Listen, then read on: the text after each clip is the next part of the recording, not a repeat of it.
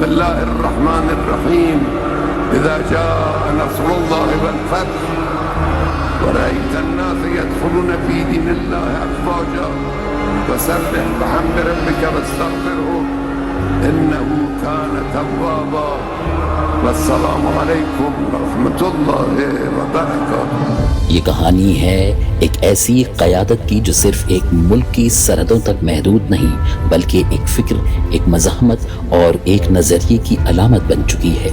یہ داستان ہے رہبر معظم سید علی حسینی خامنائی کی۔ ان کی زندگی انقلاب سے شروع ہو کر استقامت تک پھیلی رہی۔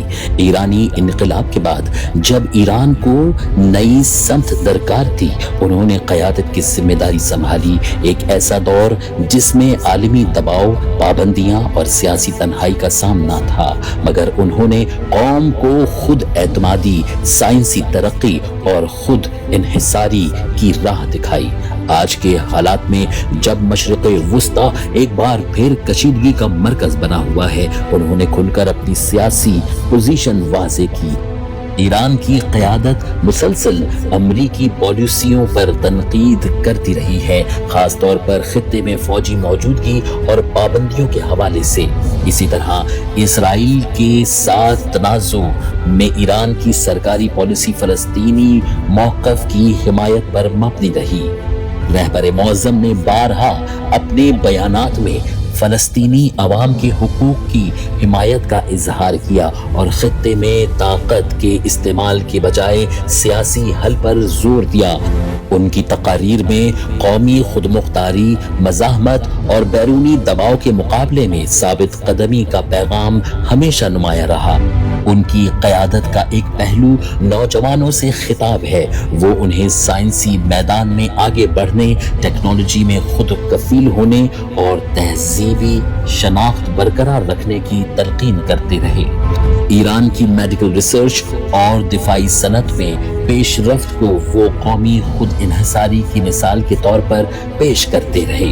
ان کی فکر کا مرکز صرف ایک ملک نہیں رہا بلکہ پوری امت مسلمہ رہی۔ وہ نوجوانوں کو امید کا پیغام دیتے رہے، علماء کو ذمہ داری کا احساس دلاتے رہے اور دنیا کو بتاتے رہے کہ اسلام ایک زندہ و متحرک نظام ہے۔ ان کی تقاریر میں قرآن کی روشنی اور تاریخ کی بصیرت ہمیشہ نمایاں رہی۔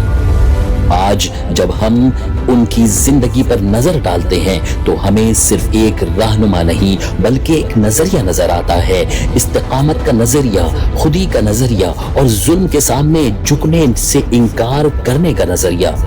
یہ داستان ہے حوصلے کی، یہ داستان ہے قیادت کی، یہ داستان ہے ایک ایسے مرد مومن کی جس نے اپنے قول و عمل سے ثابت کیا کہ ایمان جب عزم سے مل جائے تو تاریخ کا رخ بدل جاتا ہے۔ ایمان جب عزم سے مل جائے تو تاریخ کا رخ بدل جاتا ہے۔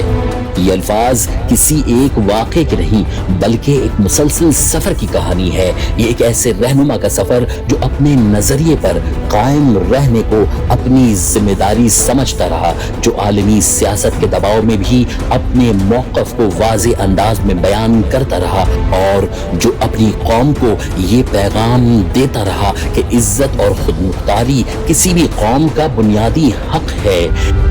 یہ داستان ہے قیادت کی، نظریے کی اور استقامت کی۔ السلام علیکم ورحمۃ اللہ وبرکاتہ۔